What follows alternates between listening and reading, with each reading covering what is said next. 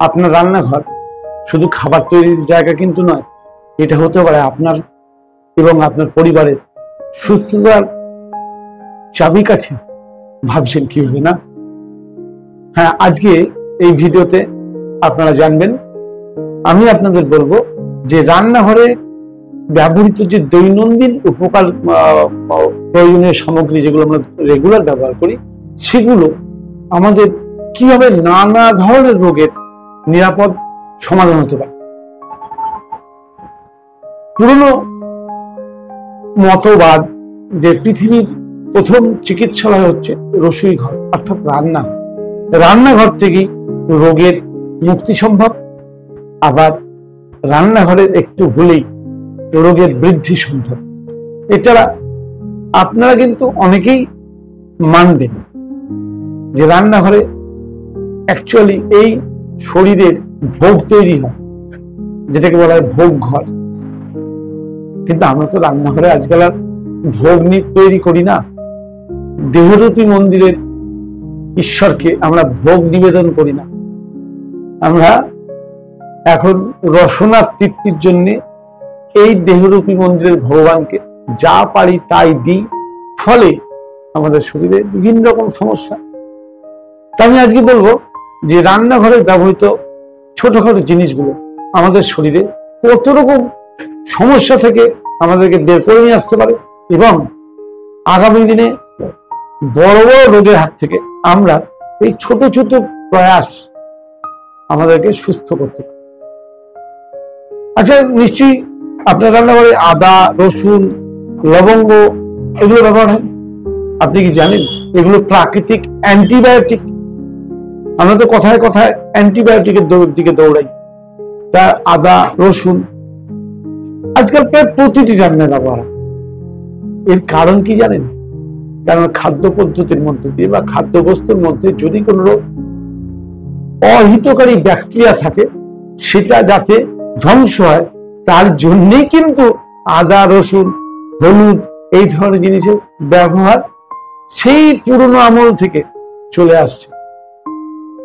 আমরা স্বাদ বাড়ানোর জন্য ব্যবহার করে, ঠিক কথা, কিন্তু স্বাদের সঙ্গে সঙ্গেও আমাদের স্বাস্থ্যের দিকেও কিন্তু খেয়াল রাখে ওই ঘরোয়া মশলাগুলি, যেগুলো কিন্তু আমাদের বড় বড় রোগের হাত থেকে বাঁচে থাকে। দেখুন, আদা কিন্তু ঠান্ডা লাগা, কাশি এবং হজমে দারুণ উপকারী। হয়তো আপনারা জানেন, তাহলে আপনি যা রান্না করলেন সেগুলো যাতে সহজে হজম হয়ে যায়, সেজন্যও আদা কিছুটা কিন্তু কার্যকরী ভূমিকা পালন করে।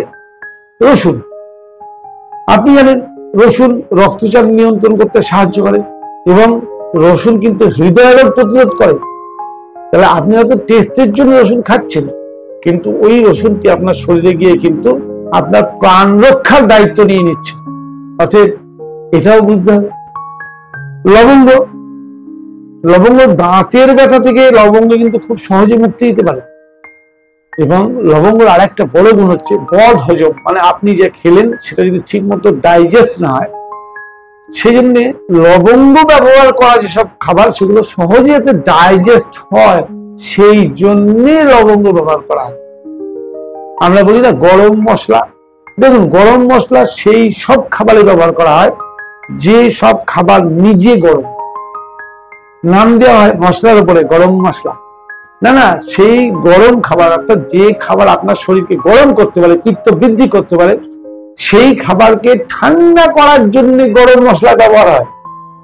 আমরা উল্টো মনে করে ফেলেছি যে লবঙ্গ, ছোট এলাচ, দারচিনি এগুলো দিলে হয়তো খাবারটা গরম খাবার হয়ে যাবে। একটু বিচার করে দেখুন, বোঝার চেষ্টা করুন, বা সেই খাবারগুলোতে আপনি পরীক্ষা করার জন্য একদিন ওই গরম মশলাগুলি না দিয়ে খেয়ে দেখুন তো শরীরে কি রিয়াকশন হয়। আপনি বুঝতে পারবেন ওই খাবার মশলাগুলোর গুরুত্ব কি। হলুদ শুধু রং নয়, এ আপনার স্বাদও বাড়ায়। আর আপনি হয়তো জানেন হলুদে কারকিউমিন নামে একটা কেমিক্যাল আছে, যা শরীরের যে কোনো ইনফ্লামেশন বা প্রদাহকে কমাতে সাহায্য করে, রোগ প্রতিরোধ ক্ষমতাকে বাড়াতে সাহায্য করে।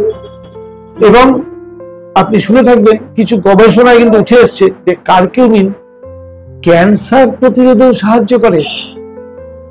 আর ভারতীয় সংস্কৃতিতেই প্রতিটি রান্নায় প্রতিদিনই আপনার হলুদের ব্যবহার আছেই। আমরা সবচেয়ে যদি কোনো মশলা খেয়ে থাকি বেশি, সেটা হচ্ছে হলুদ। একদিন আমরা হলুদ মিস করি না। আমাদের ঋষিমুনিরা যেদিন থেকে এই খাবারে হলুদ দেওয়ার কথা চালু করেছিলেন, একবার ভেবে দেখুন তো তারা কতটা ইন্টেলিজেন্ট ছিলেন। স্বাদ, গন্ধ, রং, স্বাস্থ্য সবকিছু মিলিয়ে তারা কিন্তু খাবারে এই মশলাগুলো প্রয়োগের কথা নির্ধারিত করেছিলেন। মধু, মধু কিন্তু শুধু স্বাদেই মিষ্টি নয়, এটি একটি জীবাণু ধ্বংসকারী। গলা ব্যথা এবং যে কোনো ধরনের ঠান্ডা লাগায় এটা দারুণ কাজ করে। সকালে কুসুম কুসুম গরম জলে যদি আমরা মধুর সঙ্গে লেবু মিশিয়ে খাই তাহলে হজম শক্তি বাড়ে এবং বেলি ফ্যাট কমিয়ে ওজন কমাতেও সাহায্য করে। এটাও তো ঋষিমুনি ঋষিরাই মধু বলেছিলেন মানুষ খাওয়া উচিত, বৈদিক আমল থেকে চলে আসছে। তাহলে আমরা আজ ওষুধে বিশ্বাস করি, কিন্তু একবার ভেবে দেখুন আপনার রান্নাঘরের ব্যবহৃত জিনিসগুলো আপনাকে কিভাবে সুস্থতার দিকে নিয়ে যাচ্ছে। এরকম প্রতিটা মশলার উপরে এরকম গুণাগুণ আছে, আলোচনা করা যায়। আজকে আমি মাত্র কয়েকটা নিয়ে বলবো।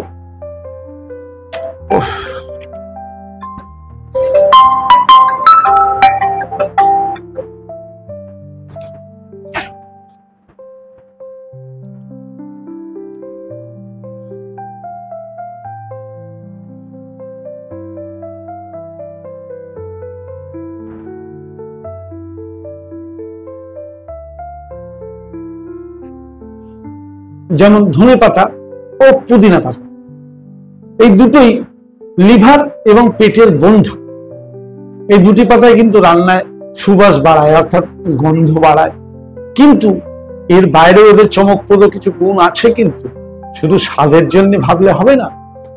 ধনে পাতা রক্তে শর্করার মাত্রা কমায়, অর্থাৎ সুগারের রোগীদের জন্য ধনে পাতা আশীর্বাদ। পুদিনা পাতা হজমে সাহায্য করে, পেটের গ্যাস বা বমি ভাব কমাতে কিন্তু পুদিনা পাতা মারাত্মক সাহায্য করে। অর্থাৎ শুধু স্বাদ গন্ধ নয়, তার সঙ্গে শারীরিক সুস্থতার কথাও ভাবে। আচ্ছা, এমন যদি হয় আমরা যদি একটা সকালবেলা চায়ের বদলে স্বাস্থ্যকর ড্রিঙ্ক বানিয়ে খাই, চলুন না আমি একটা স্বাস্থ্যকর ড্রিঙ্কের কথা বলছি, বানিয়ে দেখুন, খেয়ে দেখুন কেমন লাগে। আপনি 1 কাপ গরম জল নিন, তাতে 1 চামচ মতো আবার একদম মিহি কুচি দিয়ে দিন, 1 চামচ মধু দিন, আর হাফ চায়ের চামচ ভালো হলুদ দিন, সামান্য লেবুর রস দিন।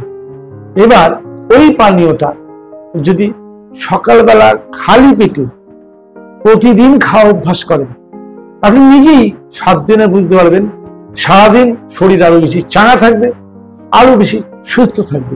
কারণ এর মধ্যে যে ইনগ্রেডিয়েন্টস গুলো আছে, যেগুলো আপনার টোটাল সিস্টেমের মেটাবলিজমকে সুস্থভাবে চলতে এবং আপনার জীবনী শক্তিকে বাড়াতে সাহায্য করবে। সবই তো ঘরোয়া জিনিস, প্রয়োগ করে দেখুন। সুস্থতা যদি চান, তাহলে বন্ধুরা দেখলেন তো যে আমাদের প্রতিদিনের রান্নাঘর কত বড় চিকিৎসালয়। এ তো মহাসমুদ্রের থেকে আমি 1 চামচ জলের কথা আজকে বললাম। আগামী দিনে আবার এরকম আরো ভিডিও পেতে বা আরো রান্নাঘরের মশলা সম্বন্ধে টিপস পেতে চ্যানেলের সঙ্গে থাকুন। প্রতিদিন প্রতিনিয়ত স্বাস্থ্য সমৃদ্ধি চ্যানেলের প্রোগ্রাম দেখুন। ভালো লেগে থাকলে চ্যানেলটিকে সাবস্ক্রাইব করুন, আত্মীয় স্বজন বন্ধু বান্ধবের মধ্যে শেয়ার করুন, কমেন্ট করে জানান এরকম ধরনের প্রোগ্রাম কেমন লাগছে, আরো এরকম প্রোগ্রাম চান কি। নমস্কার।